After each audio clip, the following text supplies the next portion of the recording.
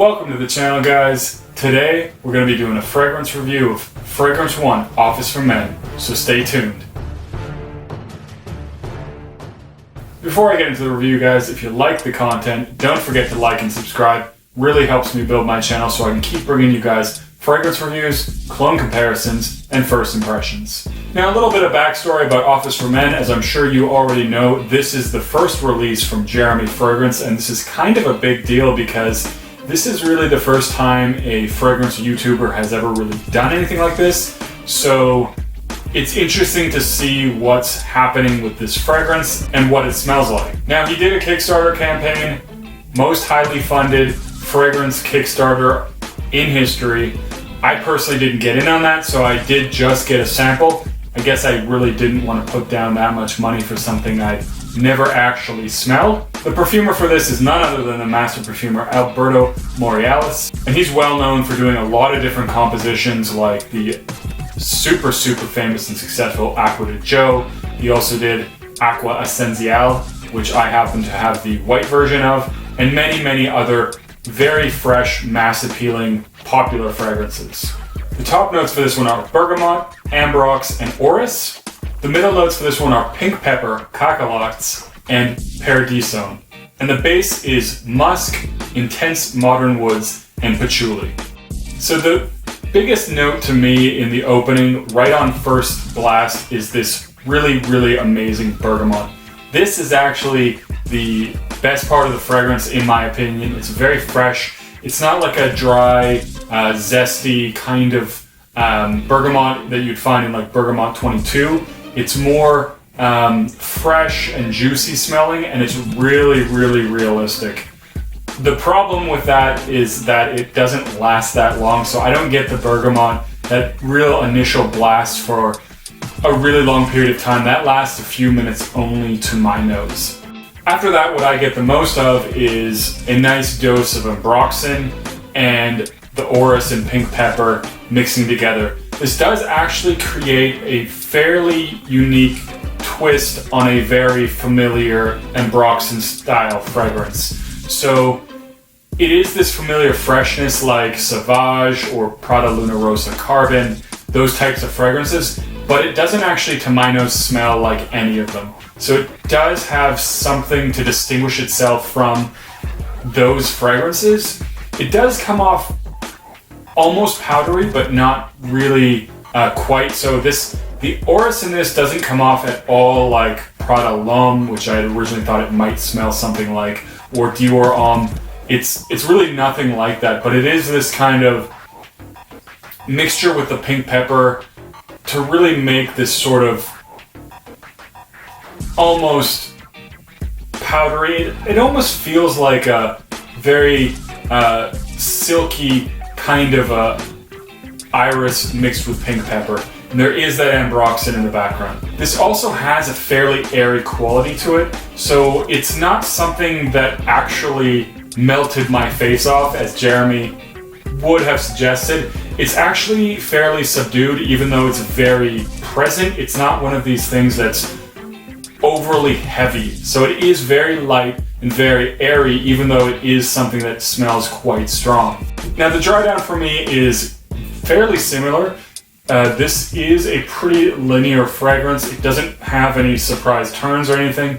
Really what I get in the dry down is the ambroxan stays, get a little bit of musk. Unfortunately, I don't really pick up on the intense modern woods, which I probably would have liked a lot more because I do like woody fragrances, but it doesn't really come through to my nose. You lose the bergamot, and also the pink pepper and orris settles down quite a bit. So it doesn't have that sort of silky, sort of velvety, almost a texture really when you're smelling it. It does have a sort of familiar but different kind of ambroxan feel at this point, mixed in with a bit of musk. So the dry down is not bad either. But again, this is a very familiar scent profile without being identical to anything else that is out there. Now, the performance is actually quite good. I will say this one lasted over 8 hours, and actually the first time I wore it for about 5-10 minutes on my hand, just because I wanted to see what it smelled like. and then I was going out and I wanted to wear something else, and I had a shower, and I could still pick that up on the back of my hand after that shower. So it really does have really good performance, and it does stick around for a long time, and there is pretty good projection as well. Again, this is one that in a closer room would probably be bothersome, I think, because it is fairly present all the time. But if you're in a larger office space or not in a tight, small, closed office, probably not a problem. And generally this is a mass appealing DNA. Now, overall, this is more or less what Jeremy said he was going to do. This is a fresh, mass appealing fragrance that lasts a long time. Really, a lot of people keep trying to relate it to something, Bleu de Chanel, Sauvage, and I do think it has kind of that genre, but for me, I guess I would say it's more like a Percival, although again, not smelling like Percival, but there are certain sort of airy, fresh qualities that I think both of those have. But again, all of those are really in the same sort of family. My biggest problem with this one is, of course, the price point. I think at $200, this needs to do more. Now, it is very long lasting, but this fragrance has, to me, no actual wow factor. It's nice. I mean, it smells good. It doesn't smell bad by any means, and it is something that I think a lot of people will like around you. But for me, it just didn't blow me away, and again, at $200, I really would want something that wows me, something that I really love to wear.